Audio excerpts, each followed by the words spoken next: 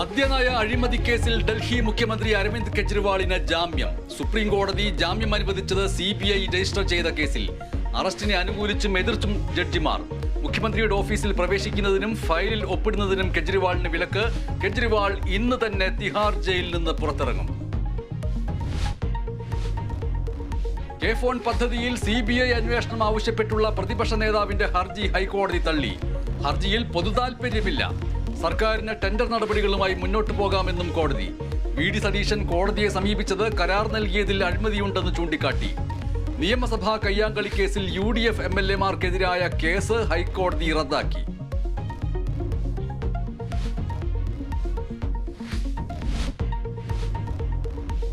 ആലപ്പുഴ കലവൂർ സുഭദ്ര കൊലക്കേസിൽ പ്രതികൾ അറസ്റ്റിൽ. നിതിൻ മാത്യൂസും ഷർമിളയും കുറ്റം സമ്മതിച്ചതായി പോലീസ്.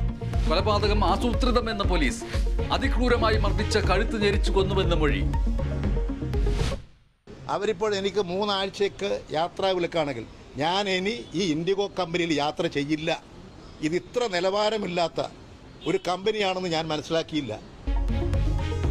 വാക്ക് പാലിക്കാതെ EP. ഇൻഡിഗോ വിമാനത്തോടുള്ള പിണക്കം അവസാനിപ്പിച്ച EP ജയരാജൻ. 2 വർഷത്തെ ബഹിഷ്കരണം അവസാനിപ്പിച്ച ഇൻഡിഗോ വിമാനത്തിൽ യാത്ര ചെയ്തു. യാത്ര കരിപ്പൂരിൽ നിന്ന് ഡൽഹിയിലേക്ക്.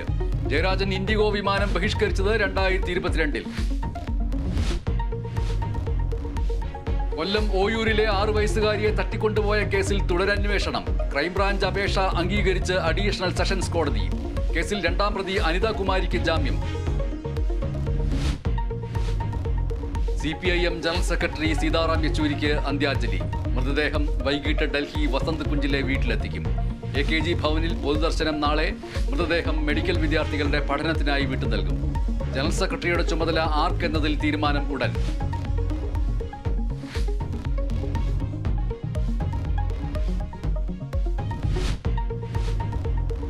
ഇന്ത്യൻ സൂപ്പർ ലീഗ് 11ാം പതിപ്പിന് ഇന്ന് ആവേശത്തുടക്കം. ആദ്യ മത്സരത്തിൽ മോഹൻ ബഗാൻ മുംബൈ സിറ്റി FCയെ നേരിടും. മത്സരം രാത്രി 7:30 കൊൽക്കത്തയിൽ.